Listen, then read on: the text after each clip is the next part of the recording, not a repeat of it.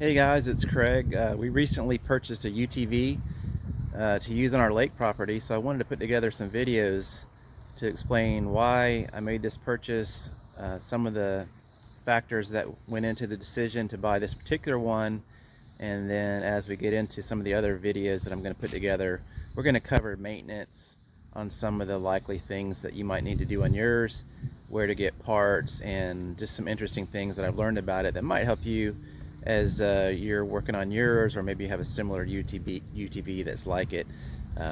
So I purchased this. This is a 2020 Bighorn Explorer 400. It's kind of in the middle range of what the Bighorn lineup is. There's a 200, there's also a 600 or a 650.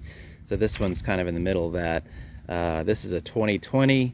I bought it off of Facebook Marketplace recently. Not the biggest by any means, but it seems like it will handle a lot of the jobs we have here at the lake. And we're going to use it for hauling people, hauling gas cans and ski gear, hauling people down to the lake as we have guests, and for a lot of projects. So there's actually two paths from the house down to the lake. This is one of them. It's a gravel road on the lower section, and then on the upper section it's concrete drive. It's pretty steep on the concrete part. Also gets kind of slick when it rains, so I'm not actually planning to use this path too much. There's also an obstacle here with some stairs that come down. So I'm actually going to use the Bighorn on another road that we have to the side, which is this access road. In four-wheel drive it does great going up the hill. I've got a video showing the Bighorn going up, and it has no issues in four-wheel drive, but in two-wheel drive there would be some problems.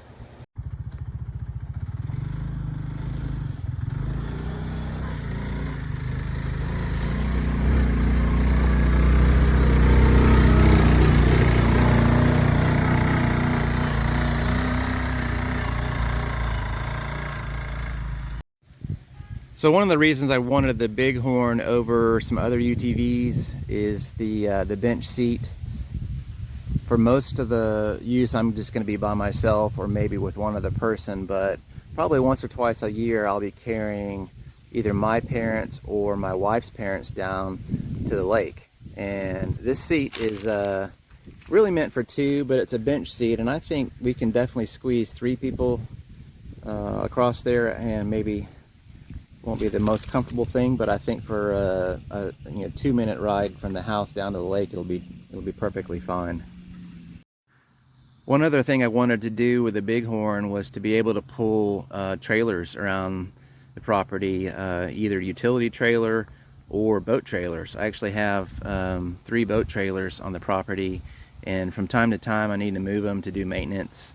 And when that happens, I normally will use the Suburban as my tow vehicle, which is fine, that works great. But the Bighorn actually can move any of the trailers, especially if there's not a boat on them. So thanks for watching this video. Stay tuned to the Bighorn Bob channel, and there's going to be some other videos coming up where I talk about what I learned the day after I bought this. There was a few surprises, actually some good things I learned about it, and then after that I'm going to put together some videos covering a lot of the common maintenance things like oil changes, differential fluid changes, spark plugs, fuel filters, the brakes, everything that you probably need to do on yours if you have it for very long or if it's getting older. So stay tuned, there's going to be some additional videos that might help you as you're doing maintenance on yours.